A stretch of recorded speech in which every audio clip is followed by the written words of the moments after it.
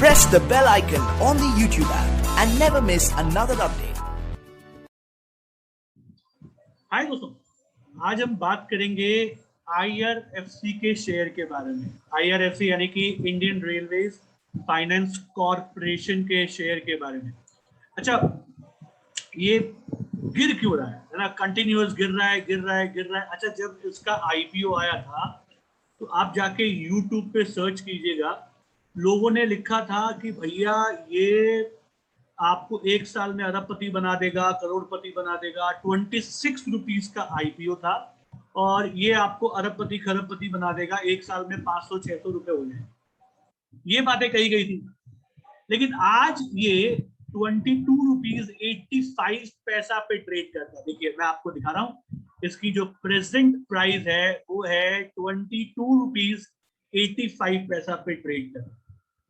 अब देखो, सवाल ये है कि भाई आखिर गिर क्यों रहा है, क्या रीजन है? तो देखो, इस वीडियो में मैं आपको कुछ ऐसी चीजें बताऊंगा जो आपको इन्वेस्टमेंट करते वक्त, जब भी आप इन्वेस्ट करेंगे ना, तो आपके बड़े काम आएगी। ठीक है, ट्रेडिंग व्यू से नहीं बता रहा हूं कि आप ट्रेडिंग करें, उस व्यू से बिल्कुल नहीं बता रहा हूं। इन्वेस्टमेंट जब आप करेंगे ना एक अच्छे रिटर्न्स सोच के, तो आपको बहुत ज्यादा काम आएगी और ये सबक आपको जिंदगी भर याद रखना है। नॉर्मली आपको कोई ये बताएगा नहीं, तो ये एक्सपीरियंस के साथ आता है, तजुर्बे के साथ आता है, जो मैं आपके साथ शेयर कर रहा हूं। तो अगर आपको समझ में आया, अच्छा लगा, इसको अपने दोस्तों के साथ शेयर कर देना। हो सकता है कि वो IRFC में ज्यादा इंटरेस्टेड ना हो, लेकिन जो लेसन इस वीडियो में मैं बताने वाला हूं, उस चीज से आने वाले स्टॉक में जहां पे वो इन्वेस्ट करें, उसमें वो एक पॉसिबल नुकसान से बच जाए। ठीक है, तो इस वीडियो को बनाने का मेरा मकसद बेसिकली वही है, राइट? तो चलिए स्टार्ट करते हैं। देखिए, सबसे पहले अगर मैं आपको दिखाऊं, एक बार मैं इसका आपको पहले चार्ट दिखाता हूं और उसके बाद फिर हम फंडामेंटली बात करेंगे इसके बारे में।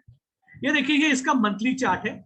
इसका IPO आया था 26 रुपीज पे और जब ये लिस्ट हुआ था उस दिन इसकी ओपनिंग हुई थी 23.90 पे और इसने हाई बनाया था 24 रुपीज 75 पैसा। काफी डिस्काउंटेड प्राइस पे लिस्ट।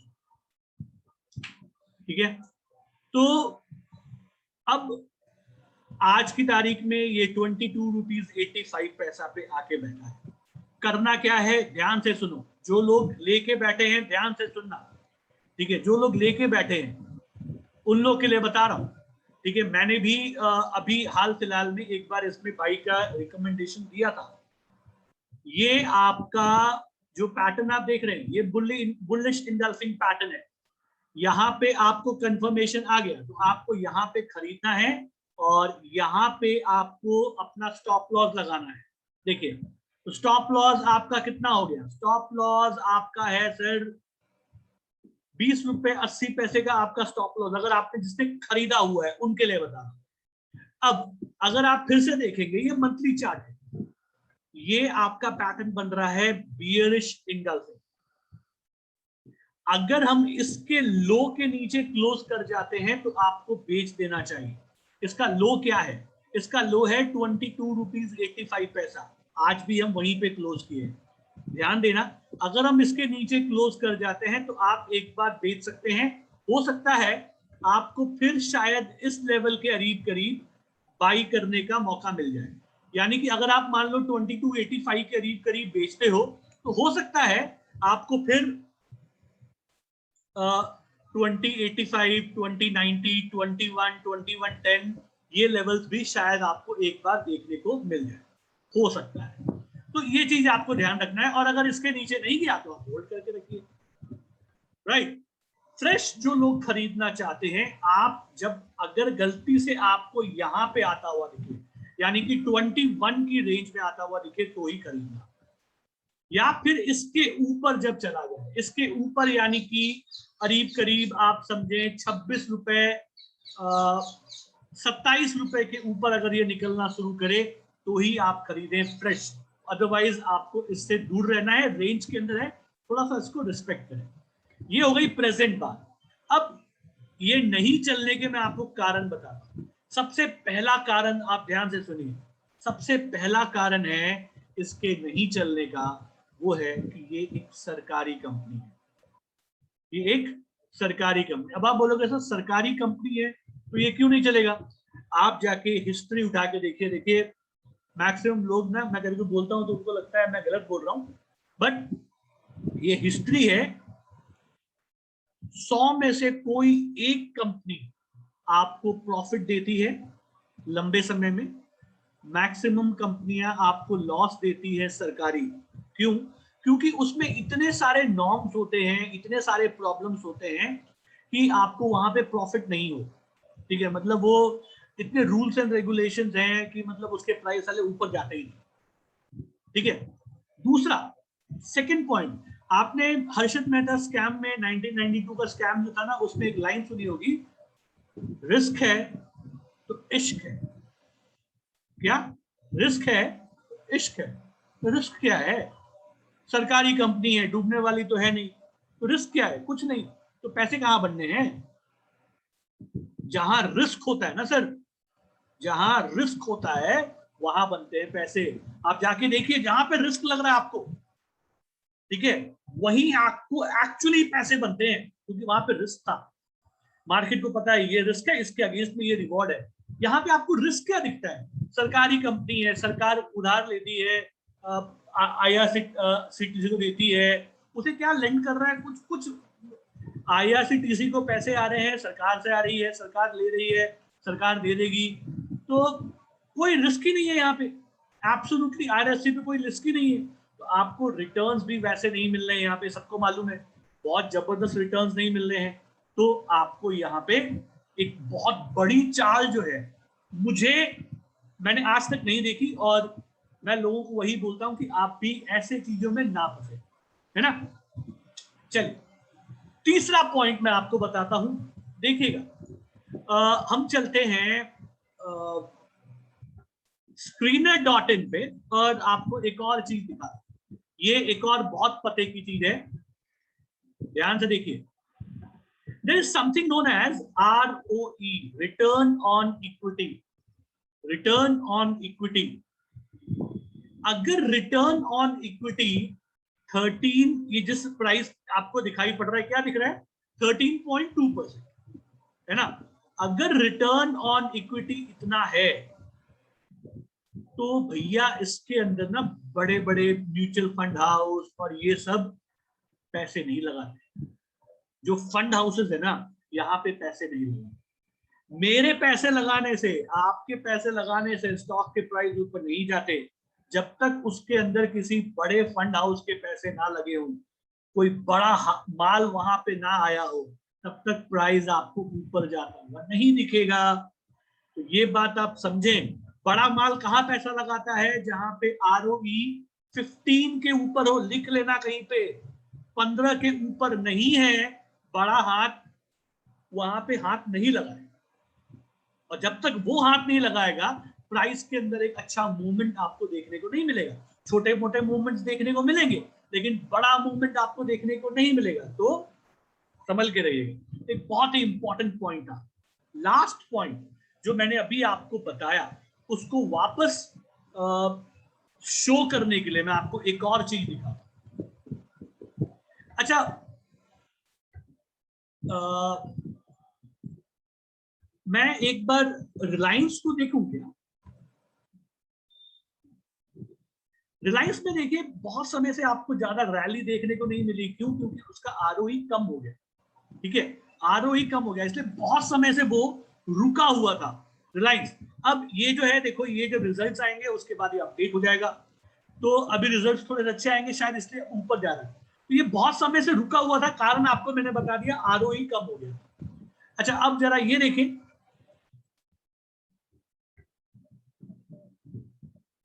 टाइटन देखिए 13.6। अच्छा, अब आप देखिए HDFC 16.5, देख रहे हैं आप? If I show you ICICI bank, okay, एक बार उसको देखते हैं,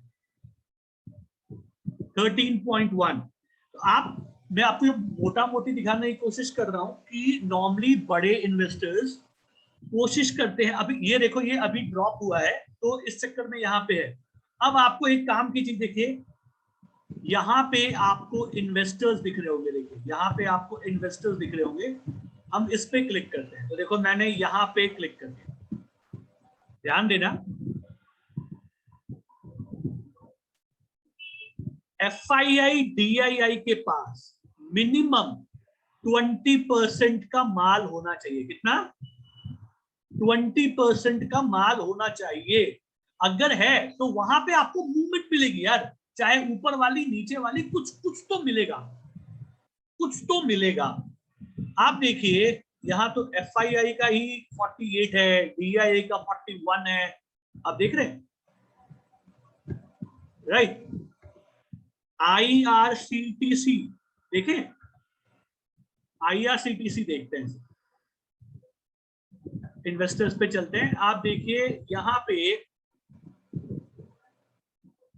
अगर मैं आपको जून क्वार्टर का दिखाऊं, जून क्वार्टर का मैं आपको दिखाऊं, आप देखिए ऑलमोस्ट यहाँ भी 20 के करीब करीब पहुंच गया है, इसलिए आपको मूवमेंट दिख रहा है। आप देखिए स्टार्टिंग में जब ये आया था कुछ नहीं था, धीरे धीरे लोगों ने अपना पोजीशन बढ़ाना शुरू किया और IRCTC ऊपर जाना स्टार्ट किया। आपको ये बातें समझ में आनी चाहिए, ठीक है। You need to understand this logic. जब समझ में आएगा तो ही आपके पैसे बनने हैं। Okay, let's see one more. Reliance मैंने आपको बताया, रिलायंस देखते हैं, रिलायंस में इन्वेस्टर्स हैं क्या। आप देखिए प्रमोटर्स में FII 25 है, DII 13 का है, लेटेस्ट जो मैं आपको दिखा रहा हूं। आप देखिए, आप लेटेस्ट देखिए ये। लेकिन अब जरा मैं आपको काम की चीज दिखाता हूं। IRFC पे आते हैं, IRFC पे आते हैं।